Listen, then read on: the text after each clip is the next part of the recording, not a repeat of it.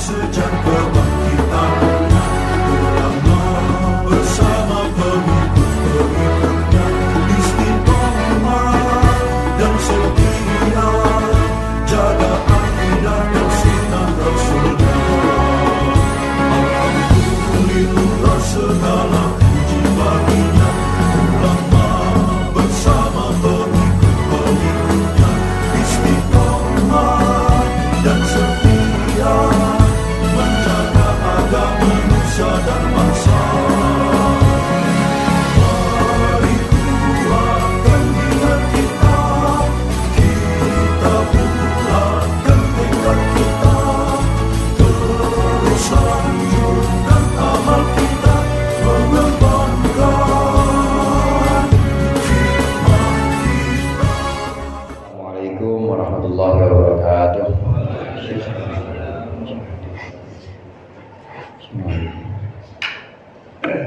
Al-Fatihah. A'udzu billahi minasyaitonir rajim. Bismillahirrahmanirrahim. Alhamdulillahirabbil alamin. Arrahmanir rahim. Maliki yaumiddin. Iyyaka na'budu wa iyyaka nasta'in. Ihdinas siratal mustaqim. Siratal ladzina an'amta 'alaihim ghairil maghdubi 'alaihim waladdallin. Bismillahirrahmanirrahim. Alhamdulil muallimit tullabi wa musahhilil khairi liman yata'allamu. Thumma as-salatu wassalamu 'alan nabi wa alihi wa sahbihi jayu'zamu. Ya Rabbana kaffir 'anna dhunubana wa walidina wa liman huwa muslimu. Nad'uka Allahumma ilman nafi'a min yawmina ilal hisabi yaqumu.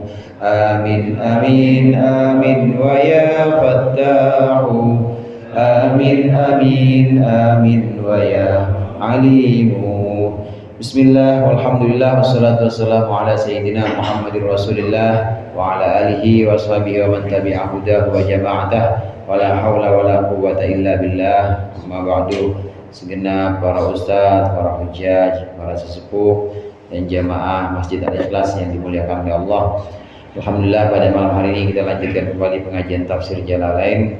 Sudah sampai pada surat Az-Zumar ayat ke-13 yang insyaallah nanti akan kita baca. Mudah-mudahan apa yang kita pelajari menjadi ilmu yang bermanfaat di dunia wal akhirah. Amin ya rabbal alamin. Surat Az-Zumar sebagaimana kita tahu ini adalah surat Makkiyah, surat yang turunnya di Makkah atau turun sebelum hijrah. Kalau turun sebelum hijrah itu berarti kebanyakan perintah-perintahnya ini adalah perintah tentang akidah atau tentang tauhid.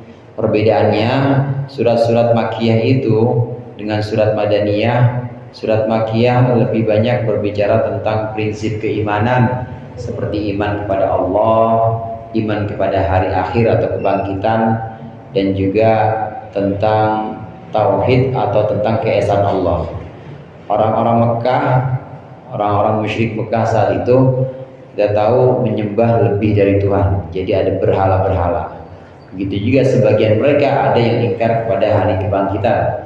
Maka kebanyakan surat-surat Makkiyah ini pembahasannya adalah tentang tauhid atau keesaan Allah, kemudian juga tentang kebangkitan, tentang hari kiamat.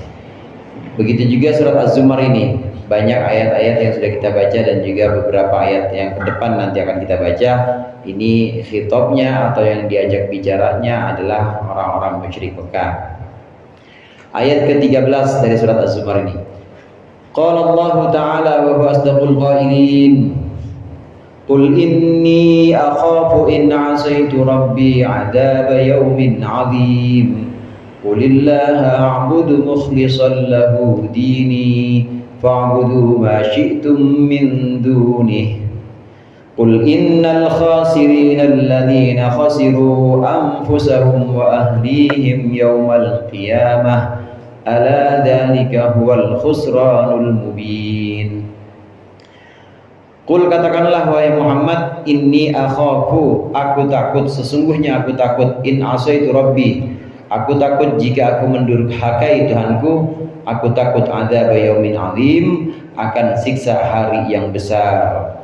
Qul Allah a'budu mukhlishan lahuddin. Katakanlah wahai Muhammad, Allah hanya Allah saja, a'budu yang aku sembah, mukhlishan lahuddini, aku mengikhlaskan atau memurnikan bagi Allah dini akan agamaku, minasyirki dari kemusyrikan. Ini ayat, ada sebagian ulama yang mengatakan asbabun nuzulnya ketika orang-orang Arab itu menanyakan, Muhammad, apa yang mendorong engkau, apa yang menyebabkanmu ini membawa ajaran apa yang kamu bawa sekarang ini, membawa ajaran yang sekarang kamu sebarkan kepada kami? Bukankah lebih enak kamu lihat ajaran Tuhan, ajaran orang tua kita dulu, ajaran nenek moyang dulu yang ada di Mekah ini? Udah ambil aja Mat, itu aja ambil aja, dan kita percaya sebagaimana orang-orang tua kita dulu. Nabi Muhammad diajak seperti itu, maka turun ayat ini. Turun ayat yang menegaskan, katakanlah wahai Muhammad kepada mereka bahwa sungguhnya saudara-saudaraku orang-orang Mekah, aku takut kalau aku mendurhakai Tuhanku, aku takut siksa hari yang besar. Maksudnya adalah siksa kiamat, maksudnya adalah siksa nanti di hari mahsyar atau hari pembalasan. Katakanlah wahai Muhammad, sungguhnya aku memurnikan ibadahku atau memurnikan agamaku, ketundukanku hanya kepada Allah. Aku murnikan dari syirik atau dari kemusyrikan. Jamaah rahimakumullah, ini asbabun nuzulnya memang seperti ini. Dalam ilmu tafsir itu ada yang disebut dengan al-ibrah bi umumil lafaz la bi khususis sabab. Walaupun sebab turunnya itu adalah pertanyaan orang kafir atau sebab turunnya itu adalah omongan orang kafir, tetap pelajaran yang bisa kita ambil tetap sifatnya itu umum. Walaupun sebab turunnya itu khusus, tetap nanti pelajaran yang kita ambil ini sifatnya umum. Pelajaran yang kita ambil di sini, Nabi Muhammad SAW ini bilang kepada kita dan juga kepada orang-orang kafir bahwa sesungguhnya aku takut kalau aku mendurhakai Allah. Yang bisa kita ambil, Nabi Muhammad aja begitu. Nabi Muhammad yang sudah jelas ibadahnya itu pasti sempurna, kemudian kebersihan hatinya itu juga pasti terjaga. Nabi Muhammad aja masih takut kalau durhaka kepada Allah, takut siksa. Yang sudah terjamin, yang sudah terjaga aja masih khawatir kalau mendurhakai Allah itu akan turun siksa, apalagi kita yang masih ya namanya bukan nabi, ya masih banyak kesalahan-kesalahan. Ini pelajaran buat kita dalam sebuah namanya kias aulawi. Jadi yang udah terjaga atau yang terjamin dari kesalahan-kesalahan akan Allah jaga dari kesalahan. Sifatnya itu maksum, terpelihara atau terjaga dari dosa-dosa. Para nabi itu punya sifat terjaga dari dosa, baik sesudah dia nabi jadi nabi maupun sebelumnya. Jadi dari sebelum dia diangkat menjadi nabi tetap Allah pelihara, Allah jaga dari dosa-dosa. Namanya sifat ismah. Sifat ismah ini untuk semua nabi. Para nabi aja yang punya sifat ismah atau nama lainnya maksum, terjaga dari dosa-dosa, ini aja masih khawatir kalau durhaka kepada Allah atau kalau maksiat pada Allah, takut siksa Allah turun, takut hari pembalasan nanti di mana semua amal-amal perbuatan itu akan Allah balas dan Allah tampakkan. Yang nabi aja begini, apalagi kita gitu maksudnya. Apalagi kita yang ya sholatnya cuma seminggu sekali, Jumatan maksudnya. Jumatannya seminggu sekali. Oh, ya, tapi ya ada 5 waktu tiap hari pasti kita 5 kali. Pas-pasan maksudnya sehari ya 5 kali qobliyah ba'diyahnya. Ya kadang iya, kadang enggak. Puasanya juga kadang-kadang puasa Ramadan doang. Senin Kamis juga enggak, puasa yang lain enggak. Apalagi kita yang pas-pasan, maka kita harusnya lebih takut lagi. Lebih takut kepada hari pembalasan. Ini ciri-ciri orang beriman, yaitu tidak merasa aman, tetap merasa khawatir, tidak merasa aman dengan amal-amal, dengan perbuatan-perbuatan baik yang sudah dilakukan. Kalau orang merasa aman, nyaman, merasa udah cukup dengan perbuatan baiknya, maka itu berarti dia sudah kena makar atau kena tipu daya. Karena tipu daya itu kadang-kadang makar atau tipu daya Setan itu kadang-kadang bilang kepada kita, pada orang-orang ini, udah cukup dah ibadah ente, segitu aja udah, jangan ditambah-tambahin, yang wajib-wajib aja. Sampai sekarang masih hidup kan ente, wajib-wajib aja. Setan bilangin begitu Pak. Sampai sekarang masih terjaminkan. Kalau udah nggak ada yang bisa ditinggalin lagi, maka yang wajib bisa tinggalin. Jadi bagaimana kalau bisa kita laksanakan yang sunnah-sunnah, yang selain yang wajib, yang sifatnya sunnah, keutamaan-keutamaan itu kita laksanakan. Orang kalau hanya melaksanakan yang wajib-wajib aja, khawatir nanti kalau lagi kepepet, kalau lagi sempit waktunya, khawatir itu udah ditinggalin yang wajibnya, karena nggak ada lagi yang tinggalin, ya sunnahnya nggak punya. Beda kalau udah dari awal, dari dulu kita melatih sunnah-sunnah Pak. Sunnah-sunnah kita laksanain, qobliyah, ba'diyah, kemudian juga sholatnya juga nggak pas-pasan, Fatihah aja, tapi kita baca surat. Nanti kalau waktunya sempit, ya kita tinggalin yang sunnah-sunnah aja. Kita tinggalin qobliyahnya misalnya boleh, atau ba'diyahnya karena waktunya sempit kita tinggalin. Yang sunnah-sunnah ini selain bisa menambal kekurangan dari ibadah kita, ini juga nanti bisa sebagai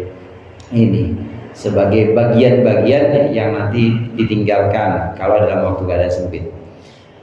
Kemudian di ayat 14 tadi, katakanlah Muhammad, hanya Allah lah yang aku sembah dan aku murnikan ketundukan atau agamaku hanya kepada Allah, aku murnikan dari kemusyrikan.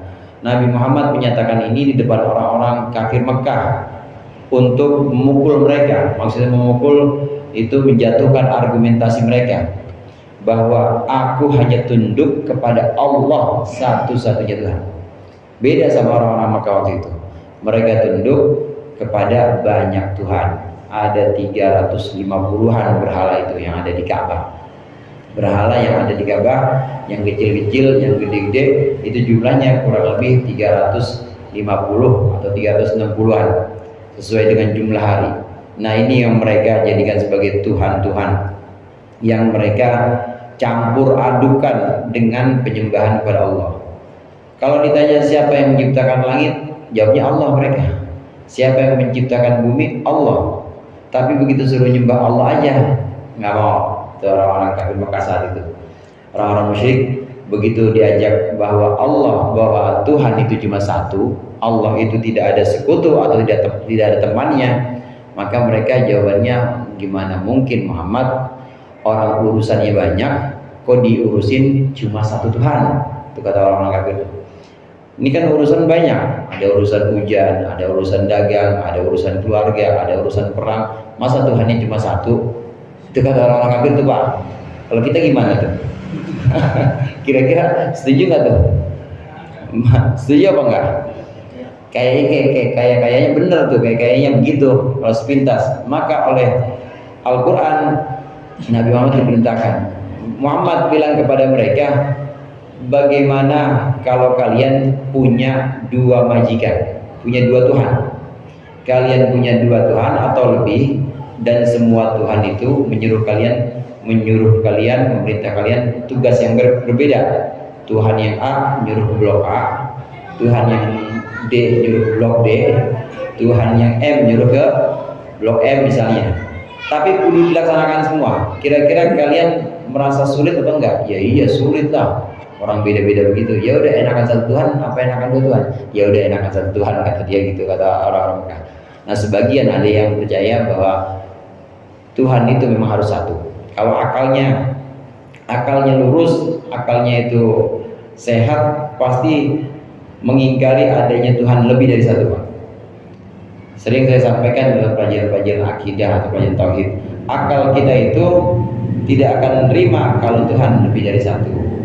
Kalau lebih dari satu namanya bukan Tuhan, namanya pasangan atau partner atau join, ya namanya kerjasama. Berarti kalau kerjasama salah satunya ada yang kurang atau lemah, atau dua-duanya lemah. Kenapa? Ya orang kerjasama ngurusin alam gini aja pakai kerjasama, berarti kan lemah. Kalau Tuhan pasti cuma satu, nggak ada kerjasama, nggak mungkin lebih dari satu, dua, tiga, nggak mungkin, pasti satu. Kalau ada Tuhan itu lebih dari satu, maka yang satunya pasti bukan Tuhan. Maksudnya harus ada yang lebih kuat. Berarti yang lemah bukan Tuhan. Ya tetap akal kita akan menerima bahwa Tuhan satu. Nabi Muhammad menyatakan, "Qulillahu a'budu mukhlishan lahu dini." Katakan Muhammad, cuma Allah saja yang aku sembah dan aku murnikan ketundukanku hanya kepada Allah. Ini untuk memukul argumentasi atau anggapan-anggapan orang musyrik Mekah bahwa Tuhan itu banyak. Aku cuma menyembah Allah saja dan ketundukanku hanya kepada Allah, bukan kepada yang lain. Dalam Fatihah ini sering kita ulang-ulang, iyyaka na'budu wa iyyaka nasta'in. Hanya Engkau yang kami sembah ya Allah, dan hanya Engkau kami minta pertolongan. Hanya kepada Engkau kami minta pertolongan. Dan kita, tauhid kita, keyakinan kita, dan juga akidah kita bahwa cuma Allah yang menolong kita, cuma Allah yang dijadikan tempat kita meminta, cuma Allah yang kita sembah. Ini harus benar-benar dikuatkan, harus benar-benar dimantapkan, sehingga sehari sekali diulang minimal 17 kali. 17 rakaat kan ya. 17 rakaat, setiap rakaat pasti baca Fatihah. Iyyaka na'budu wa iyyaka nasta'in. Hanya Engkau yang kami sembah, murni ya Allah, enggak ada yang lain. Wa iyyaka nasta'in, dan hanya kepada Engkau kami mohon pertolongan. Cuma Engkau ya Allah. Enggak, saya enggak minta pertolongan Pak Haji Mul. Saya enggak minta pertolongan Ustaz Nasrullah. Saya enggak minta pertolongan lain, cuma Engkau ya Allah. Dimurnikan lagi melalui Fatihah itu. 17 kali dan sehari. Nabi Muhammad menyebutkan di sini, "Qulillah a'budu mukhlishan lahu dini." Fa'budu ma syi'tum, wahai orang-orang kafir Mekah, maka sembahlah ma syi'tum, yang kalian kehendaki, min dunihi, selain Allah, ghairihi, maksudnya selain Allah. Fihi tahdidun lahum, dalam perkataan ini ada ancaman bagi mereka. Bi'idanun dan sebuah pemberitahuan bi annahum la ya'budun Allah Ta'ala, bahwa sesungguhnya mereka memang tidak menyembah Allah. Fa'budu ma syi'tum. Ini kalau kita artikan secara bebas begini, artinya sembahlah apa yang kalian suka, sembahlah apa yang kalian inginkan selain Allah. Kayak ini Nabi Muhammad merintahin, seolah-olah Nabi Muhammad memerintahkan, sembahlah wahai orang-orang Mekah Tuhan selain Allah. Tapi di sini sebenarnya ancaman. Maksudnya ancaman, coba dah kalau berani begitu. Kayak kita kadang-kadang ada makanan gitu. Ini bisa siapa nih, Bang? Ini saya. Makan dah kalau berani, begitu maksudnya. Makan dah kalau berani. Di sini fa'budu ma syi'tum, sembahlah oleh kalian Tuhan yang kalian kehendaki. Ini bukan berarti Nabi Muhammad nyuruh menyembah selain Allah, bukan, tapi ancaman. Ya, coba terserah dah. Kalau dibilangin gak bisa, kalau dinasihati juga udah gak terima, terserah, sembah Tuhan-Tuhan yang kalian inginkan selain Allah. Ini ancaman, namanya tahdid, itu ancaman. Jadi sengaja disuruh, tapi untuk mengancam. Orang udah dibilangin, udah dinasihatin, suruh berhenti, nggak berhenti juga, dia batuk lagi. Besoknya suruh berhenti, nggak berhenti ya batuk lagi, rokok terus gitu biasanya. Itu kira-kira nyuruh apa ngancem tuh? Ngancem. Ini modelnya begitu. Modelnya siapa yang masih rokok? Itu namanya ngancem tuh, bukan nyuruh itu. Bini kalau bilang begitu berarti ngancem. Ya, rokok terus, udah batuk lagi, rokok terus. Ini juga sembah terus berhala-berhala itu. Bukan Nabi Muhammad itu nyuruh, tapi ngancem. Tahdid adalah ancaman. Qul innal khasirina alladhina khasiru anfusahum wa ahlihim yawmal qiyamah.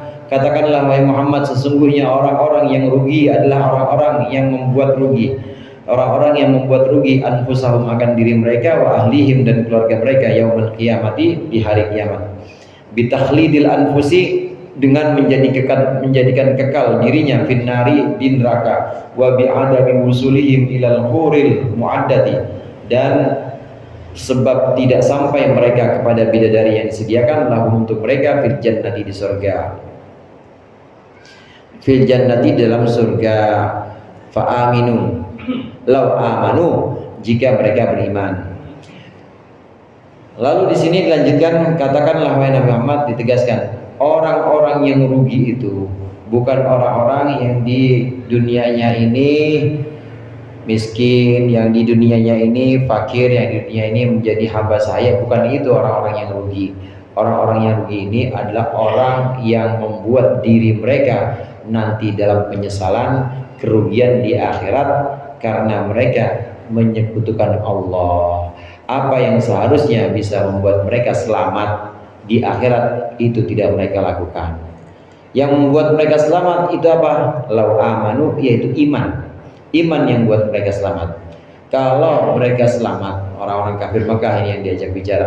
Kalau orang-orang kafir saat itu beriman, maka mereka sudah punya jaminan keselamatan. Nanti di akhirat akan Allah berikan keselamatan karena keimanannya. Jamaah rahimakumullah, selama masih ada keimanan kepada Allah dan kepada Rasulnya, maka meskipun itu dia maksiat, pasti masuk surga. Pasti masuk surga, walaupun mampir dulu. Ya mampirnya ada sehari, 2 hari, 3 hari. Seharinya itu 1000 tahun, jadi ya 3000. Inna yauman inda rabbika ka'alfi sanatin mimma ta'udun. Sesungguhnya satu hari di sisi Allah, satu hari dalam hitungan Allah, satu hari di sisi Allah itu seperti 1000 tahun hitungan kita. Sekarang aja baru 2000 ya, 2024 sekarang ya. 24 pilpres besok 24. Ini 2023. Sekarang baru 2000. Ini ya satu hari 1000 tahun, 2 hari ya 2000 tahun, 3 hari 3000 tahun.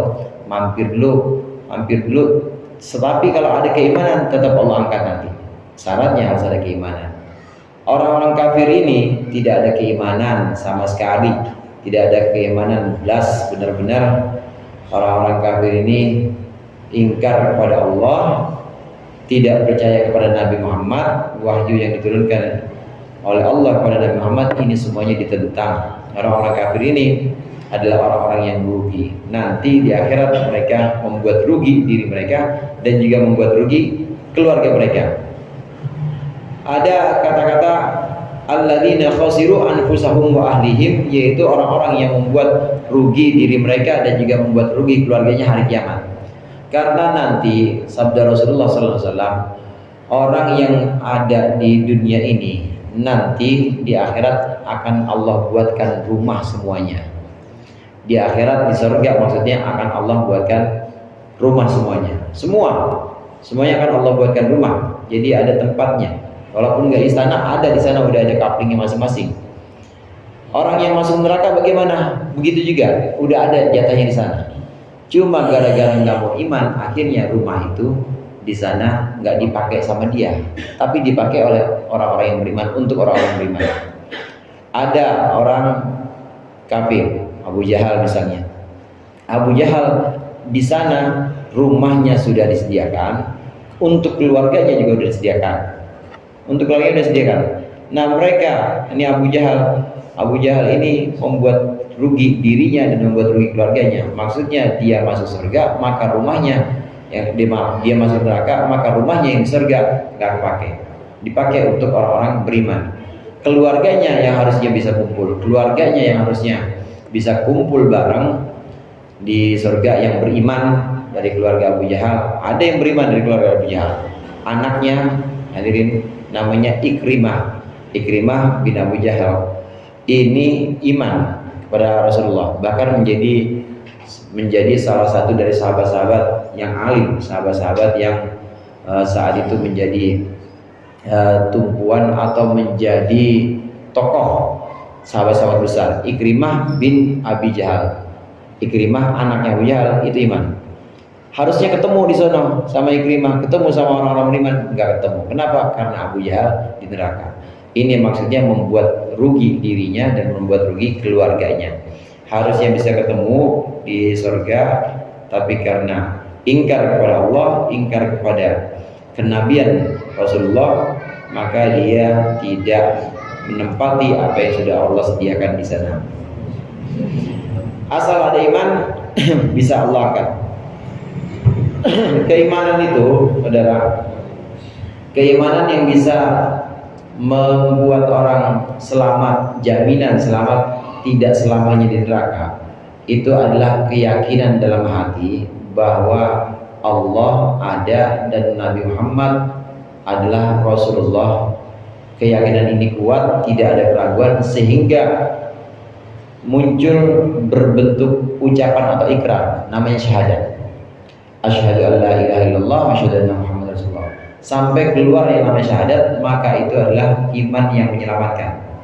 Habis syahadat, terus dia maksiat lagi. Habis syahadat dia nyolong misalnya, habis syahadat dia berantem sama tetangga atau zina, habis syahadat dia seperti itu. Menurut Ahlus Sunnah wal Jamaah, ini mayoritas umat Islam dan para ulama menyatakan orang ini tetap bisa masuk surga walaupun mampir dulu. Karena yang namanya iman, sekecil apapun itu nanti pasti akan menyelamatkan dia. Tapi beda sama orang kafir yang udah tidak ada keimanan, yang ingkar kepada Nabi Muhammad, tidak akan menyelamatkan dia. Orang-orang kafir kekal di neraka. Tapi orang-orang mukmin meskipun ahli maksiat tapi ada keimanan, dia nggak kekal. Nanti satu waktu pasti Allah angkat. Kalau udah waktunya, kalau udah bersih semuanya pasti Allah angkat. Kafir, orang-orang yang ingkar kepada Allah, ingkar kepada Rasulnya, ini kekal. Tapi orang mukmin akan Allah selamatkan, tidak kekal di neraka. Bahkan ada hadirin ulama yang mengatakan orang-orang mukmin meskipun dia maksiat, ini nanti di neraka Allah siksa, ya di setrika, ya di gilas, pokoknya dicuci dan dibilas benar-benar dibilas pakai api supaya bersih gitu. Kalau belum waktunya diangkat, tetap Allah siksa, tapi udah gak berasa, udah hilang. Jadi waktu yang pertama aja. Sebagian ulama ada yang mengatakan seperti itu, tidak berasa karena sudah yang pertama kali. Ini untuk orang iman atau orang mukmin. Berapa tahun ya? 100 tahun dah misalnya, atau 1000 tahun misalnya, tapi udah nggak berasa. Cuma ngelihat sampingnya ada artis ya lagi digosip setrika, ngelihat sampingnya temennya kafir, maksudnya ngelihat sampingnya, oh ada harta benda dia juga, kesayangan dia itu dulu, benda-benda harta-harta yang menyebabkan dia itu nggak mau zakat, disayang-sayangin, mobil segala macam, ini ikut dicelupin neraka, kan sakit juga itu ya, jadi ngenes juga. Tetap ada perasaan tersiksa batinnya walaupun sudah tidak tersiksa jasadnya. Selama masih ada keimanan, maka akan Allah angkat. Dengan demikian orang-orang mukmin tidak kekal. Orang-orang mukmin tidak kekal di neraka, pasti Allah angkat. Orang-orang kafir kekal.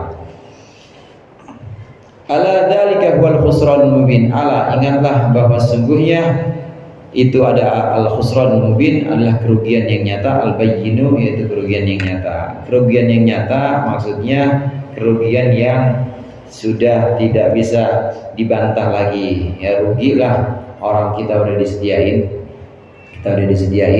kaplingnya di sana sudah ada, harusnya bertemu dengan orang-orang yang kita sayangi dunia, dengan orang-orang yang kita kenal, tapi kita tidak ketemu. Ini merupakan kesedihan. Orang-orang kafir juga begitu. Orang-orang kafir ini sedih. Kalau kita insya Allah nanti dipertemukan dengan keluarga-keluarga kita yang beriman, amin. Dengan guru-guru kita dan juga dengan ulama-ulama yang memang termasuk ahlul jannah atau penghuni surga, amin ya rabbal alamin. Lahum min fawqihim dhulalum minan nar wa min tahtihim dhulal. Dzalika yukhawwifu Allahu bihi ibadah, ya ibadi fattaqun. Lahum, bagi mereka orang-orang kafir, min fawqihim, di atas mereka, dhulalun, ada lapisan. Tibahun maksudnya ada lapisan, minan nari, dari neraka. Wa min tahtihim, dan dari bawah mereka, dhulalun, juga ada lapisan-lapisan, minan nari, dari api neraka. Dzalika, itu semua, yukhawwifullahu bihi ibadahu, membuat takut atau menakut-nakut menakut-nakuti siapa Allah akannya ibadahu akan hamba-hambanya ayil mu'minina, maksudnya hamba-hamba Allah yang beriman. Lihat taquhu, supaya orang-orang mukmin bertakwa kepada Allah. Yadullu alaihi, menunjukkan atas pengertian ini apa perkataan Allah, ya ibadi fattaqun, wahai hamba-hambaku fattaqun, maka takutlah kepadaku. Yukhawifullahu bihi ibadah. Kenapa diberikan gambaran? Di sini ada gambaran nih. Di sini ada gambaran keadaan-keadaan di neraka bagi orang-orang yang ingkar kepada Allah, ingkar kepada Rasulnya, ingkar kepada hari kiamat, hari akhir. Nggak ada yang namanya kiamat, mati aja. Tuh orang Mekah gitu sebagian. Nggak ada yang namanya pembalasan, yang namanya mati aja. Orang yang ingkar yang seperti ini nanti di akhirat itu mereka diliputi atau diliputi dan dikelilingi oleh lapisan-lapisan. Jadi ada lantainya itu api, atapnya itu api juga. Di bawahnya api, di atasnya api. Begitu. Min fawqihim dulal, min tahtihim dulal. Di atasnya itu ada atap, di bawahnya juga ada lapisan. Lapisan-lapisan ini bukan lapisan sembarang lapisan, tapi api semuanya. Kalau ada ya, tempat berteduh atau kalau ada payung gitu ya, payung atau atap itu kan melindungi kita dari panas ya. Ini ada atap, cuma atapnya dari api. Gimana rasanya itu? Atapnya dari api. Dan atap dari api ini menunjukkan bahwa memang neraka itu bertingkat-tingkat. Neraka bertingkat-tingkat yang dijadikan lapisan atau lantainya ini adalah atap dari lapisan yang bawahnya. Begitu juga yang ada di atas. Di atasnya ini adalah lantai dari lapisan neraka yang paling atasnya. Itu semuanya api-api semuanya. Panas, dan panasnya itu 7.000 kali dibanding panas api yang ada di dunia ini. Alhamdulillah. Api yang udah kita pakai buat bakar rokok, yang udah kita pakai buat masak, itu udah 70.000 tahun sudah direndam air dan sekarang jadinya begini, bisa dimanfaatin. Kalau belum, nggak bakal bisa dimanfaatin. Saking panasnya api neraka. Yang ada di dunia sekarang terus bisa jadi dari LPG gitu ya, kemudian dari korek. Itu udah ada api dari neraka yang sudah 70.000 tahun ini dijinakkan, jadi bisa dimanfaatkan. Nah, di neraka itu lebih panas lagi. Kenapa diberikan gambaran-gambaran seperti ini? Untuk hamba-hamba Allah, untuk orang-orang beriman, supaya orang-orang beriman, supaya kita ini takut kepada Allah, supaya kita ini mengambil pelajaran bahwa Nabi Muhammad SAW tadi ini akhafu in asaitu rabbi ada bayaumin azim. Nabi Muhammad, para nabi yang punya sifat ismah atau terpelihara aja ini khawatir, takut dengan hari pembalasan, dengan yaumil qiyamah. Apalagi kita yang bukan siapa-siapa, yang ibadahnya pas-pasan, dikasih gambaran ini supaya kita takut, supaya kita benar-benar hati-hati dan kita benar-benar menjaga ketakwaan kita kepada Allah. Jadi yang dinasihati di sini siapa? Yang dinasihati gambaran ini sebenarnya, hadirin, gambaran tentang neraka, keadaan-keadaan ini sebenarnya yang bisa ngambil pelajaran ya orang beriman. Kalau orang yang ingkar, udah dasarnya ingkar, pasti nggak bakal bisa ambil pelajaran. Orang kalau udah dasarnya kagak suka ya Pak, mau dinasihatin apa aja nggak bakal diambil. Jadi buat apa Al-Quran memberikan gambaran ini? Ya buat orang-orang beriman. Al-Quran ini memberikan gambaran untuk orang-orang yang bisa mengambil pelajaran, yaitu orang-orang yang dalam hatinya ini ada keimanan, yang dalam hatinya ini ada rasa yakin bahwa Allah itu sayang kepada hamba-hambanya. Kenapa sebutannya untuk orang-orang beriman? Ini ditunjukkan oleh penutup dari ayat ini, ya ibadi fattaqun, wahai hamba-hambaku maka takutlah kepadaku. Hamba-hamba itu maksudnya orang-orang beriman. Kalau Allah sebutkan ya ibadi, itu berarti orang beriman, wahai hamba-hambaku. Tapi kalau Allah sebutkan umum untuk orang beriman maupun orang-orang kafir, maka sebutannya ya ayuhan nas, atau wahai orang-orang atau wahai manusia umum. Tapi kalau sebutannya ya ibadi, ini sebutan sayang Allah kepada hamba-hambanya. Orang beriman dinasihati, diberikan gambaran di Al-Quran tentang penghuni neraka, ini supaya membuat kita makin bertakwa kepada Allah. Walladzina ijtanabut taghut walladzina ijtanabut taghut an ya'buduha wa anabu ila Allahi lahumul busyra fabashshir ibad. Dan orang-orang yang menjauhi at-taghut akan taghut, al-awthana ditafsirkan oleh Imam Jalalain, berhala-berhala, ayya'buduha untuk menyembahnya, wa anabu wa aqbalu maksudnya menghadap ilallahi kepada Allah, lahumul busyra maka bagi mereka ada berita gembira, kabar gembira, bil jannati dengan surga. Fabashshir ibadi maka berilah kabar gembira kepada hamba-hambaku. Jelas tadi gambaran tadi sampaikan untuk orang beriman. Cirinya apa tadi? Wahai hamba-hambaku, bertakwalah kepadaku. Kemudian dilanjutkan di ayat ke-17 ini. Orang-orang yang menjauhi taghut, menjauhi untuk tidak menyembah taghut, maka itulah orang-orang yang mendapat kabar gembira. Jamaah rahimakumullah, taghut ini ditafsirkan oleh Imam Jalalain berhala. Jadi ada Lata, Uzza, Manat, Hubal, dan yang kecil-kecil. Itu yang gede-gede itu 4. Yang kecil-kecil itu namanya taghut, berhala. Ayat ke-17 surat Az-Zumar ini, asbabun nuzulnya, ini turun kepada beberapa orang sahabat Nabi. Di antaranya Sayyidina Utsman bin Affan, kemudian Sayyidina Abdurrahman bin Auf, Sayyidina Sa'ad, Sayyidina Sa'id, Sayyidina Az-Zubair. Ini adalah orang-orang beriman pada masa awal yang kadang-kadang disebut dengan as-sabiqun al-awwalun, yang beriman karena ajakan Sayyidina Abu Bakar. Kita tahu awal yang beriman di periode yang paling pertama kali itu ada 4 orang. Yang pertama Sayyidina Abu Bakar, kemudian dari golongan perempuan adalah Sayyidatina Khadijah, istri Nabi.